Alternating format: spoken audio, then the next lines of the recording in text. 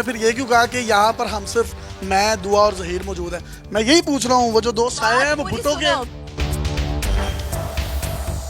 अगवा की दफा कौन सी होती है? जो अगवा की दफात थी वो लगवाने के बजाय तो दुआ जहरा के दफा का पिनल कोड क्या होता है? मैं आपको वही बताने लगी, उन्होंने उसके ऊपर you know what is penal code? चलें, अगर कोई अगवा बुराए तावान के हवाले से किसी का अगवा है तो कौन सी पिनल कोड लगेगी? आपके पास नॉलेज ही नहीं है। अस्सलाम वालेकुम नाज़रीन, आपका मेज़बान यासिर शामी आपकी खिदमत में हाजिर है और आप देख रहे हैं डेली पाकिस्तान। दुआ ज़हरा और उसके हस्बैंड ज़हीर का इंटरव्यू किया जिस यूट्यूबर ने, वो हमारे साथ मौजूद है। सोशल मीडिया पर शदीद रद्द-ए-अमल आया और बहुत से लोग बरहमी का इजहार कर रहे हैं कि जो खातून यूट्यूबर है उन्होंने जामे शरी की बोतल वहाँ पर क्यों रखी, और ज़हरा की वालदा कह रही हैं कि इन्होंने मेरी बेटी को अपनी उम्र की 40 साल की बनाने के लिए उसके नीचे गद्दी या तकिया रख दिया था। इसी तरीके से बहुत से लोग ये भी कह रहे हैं कि इंटरव्यू स्क्रिप्टेड प्री प्लान था और जो सवालात थे वो एंकर खुद ही कर रही थी और जवाबात भी उनके मुंह में खुद ही डालती जा रही थी। आपने वो जामे शरी की बोतल्स रखी क्यों थी? जहाँ तक बात है जामे शीरीन की, तो मेरे सारे फॉलोअर्स और सब्सक्राइबर्स को ऑलरेडी पता है कि वो एक शख्सियत की छेड़ है। हमने जामे शीरी एक शख्स का नाम रखा हुआ है, मैं अपने लाइव सेशंस में उसका नाम लेती रही हूँ। आप किसी को छेड़ रही हैं और वहाँ पर जो उसके वालिदैन है उस पर क्या बीत रही होगी? उनकी बेटी का मामला है, वो घर से बेचारी भागी हुई है, तो आप जामे शरी रख कर किसी का चेज़ा ले रही है? चेज़ा तो आप भी बहुत लेते हैं, आपने कितने कॉमिक वीडियोस किए हैं, देखें। मैं लेता हूँ ना, तो मेरा एंटरटेनमेंट है ना, इंफोटेनमेंट है वो। तो मेरा चैनल भी जो है बहुत सीरियस नहीं है, मैं भी थोड़ी आर्टिस्ट हूँ। इन्वेस्टिगेशन की पूरे केस की? पूरी इन्वेस्टिगेशन, एक एक चीज़ का मेरे पास सबूत है। तो जो अगवा होता है किसी भी बच्चे या बच्चे का, उस पर पिनल कोड दफा कौन सी लगती है पुलिस स्टेशन पे? मैंने जर्नलिस्ट होने की हैसियत से इसमें इन्वेस्टिगेशन के, वकील होने की हैसियत से नहीं। कौन से कोर्ट में चल रहा था इनका केस? इनका सबसे पहले लाहौर हाई कोर्ट में लड़की आती है, यहाँ पर आकर उसके 164 के लोअर कोर्ट। ये सेशन कोर्ट में चलते हैं, हाई कोर्ट में नहीं चलते। हाई कोर्ट में बाद में कोई केस जाता है जब इन दोनों अदालतों से कोई चीज़ रिजेक्ट होती है या यहाँ पर कोई चीज़ चैलेंज करनी होती है या कोई अनटिल अनलेस केस बहुत हाई प्रोफाइल बन जाए। आपकी काइंड इन्फॉर्मेशन के लिए ये भी बताता चलूँ, जो 365 होता है ना, ये अगवा का होता है। अगवा बराए तावान का 365 तकिया आपने क्यों उसके नीचे रखा? उसकी वालदा कह रही हैं कि आपने उसकी एज को जो है अपने जैसे 40 साल औरत बना दिया। तो आपकी एज कितनी है? जी मेरी एज 24 ईयर्स है। चलो खैर, मुझे बताएं, आपने तकिया उसके नीचे रख दिया, तो कभी ये तकिए का इत्तेफाक आपके साथ भी हुआ? अभी 1 मिनट पहले ये वाला तकिया जो है यासिर शामी के नीचे था और इसने निकाल के मुझे दिया है कि ताकि कोई इसका और मेरा, इंटरव्यू के लिए? हाँ इंटरव्यू के लिए। तकिए का बड़ा मुकाम है। तकिए का बड़ा मकाम है। तकिए को वो मुकाम हमारे मुआशरे में मिला नहीं जो मिलना चाहिए था। असल में वो अपने बेडरूम में थे और कैमरामैन जब सामने इंटरव्यू कर रहा था तो उसने कहा कि जैसे आप बहुत नीचे हैं ना, अभी तो मैं थोड़ी ऊपर हूँ। तो मैं नीचे नहीं हूँ, ये मैं नीचे गया हूँ।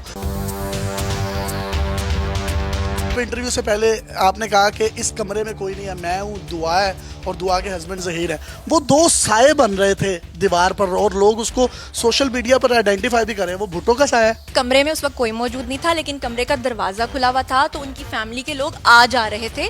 ख़ास तौर पे जब ग्लासेस, मैंने उसे कहा था ना कि आप ग्लासेस लगाती हो, वो मैंने क्यों कहा था? मैंने इसलिए कहा था कि जैसे ही मैं मुलाकात के लिए उसके बेडरूम में आई, मेरी जो पहली नज़र है वो उसके ग्लासेस पे पड़ी। जैसे आपकी नज़र अभी वहाँ सामने टेबल पे इधर उधर पड़ रही है ना, लेकिन लोग चीज़ें नहीं देखते। आप पे पड़ रही।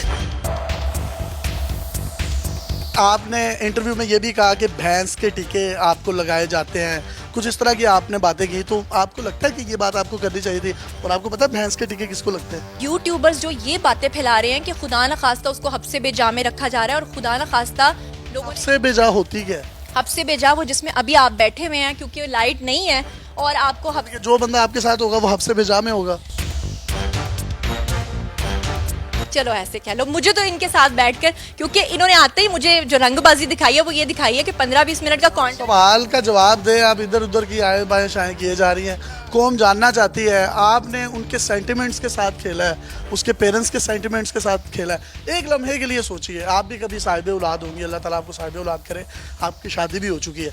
अगर आपकी बच्ची के साथ इस तरह का कोई खुदा ना खास्ता सीन हुआ हो और कोई मेरे जैसा कोई थर्ड क्लास यूट्यूबर जाकर उसका इस तरीके से इंटरव्यू करे, बहैसियत माँ आपके दिल पर क्या गुजरेगी? आपने थर्ड क्लास कहा, बहुत बहुत शुक्रिया, अपने आप को कबूल। मैं थर्ड क्लास हूँ, मैं थर्ड क्लास हूँ। आप बताएं बहैसियत माँ आप पर क्या गुजरेगी? आपने जो कहा ना कि मैंने सेंटीमेंट्स हर्ट किए, देखिए सेंटीमेंट्स तो वो लोग हर्ट कर रहे थे ये कहकर कि उनकी बेटी अगवा हुई हुई है या कोई उनको कह रहा था। बहैसियत माँ आप पर क्या बीतेगी जो मैंने सोचा? पहले मेरी बात सुने, मैं ये कह रही हूँ कि मैंने तो उनके वालिदैन की मुलाकात करा दी उनकी बेटी के साथ, जो दिन रात परेशान थे कि हाय हमारी बेटी के साथ क्या हो रहा हो।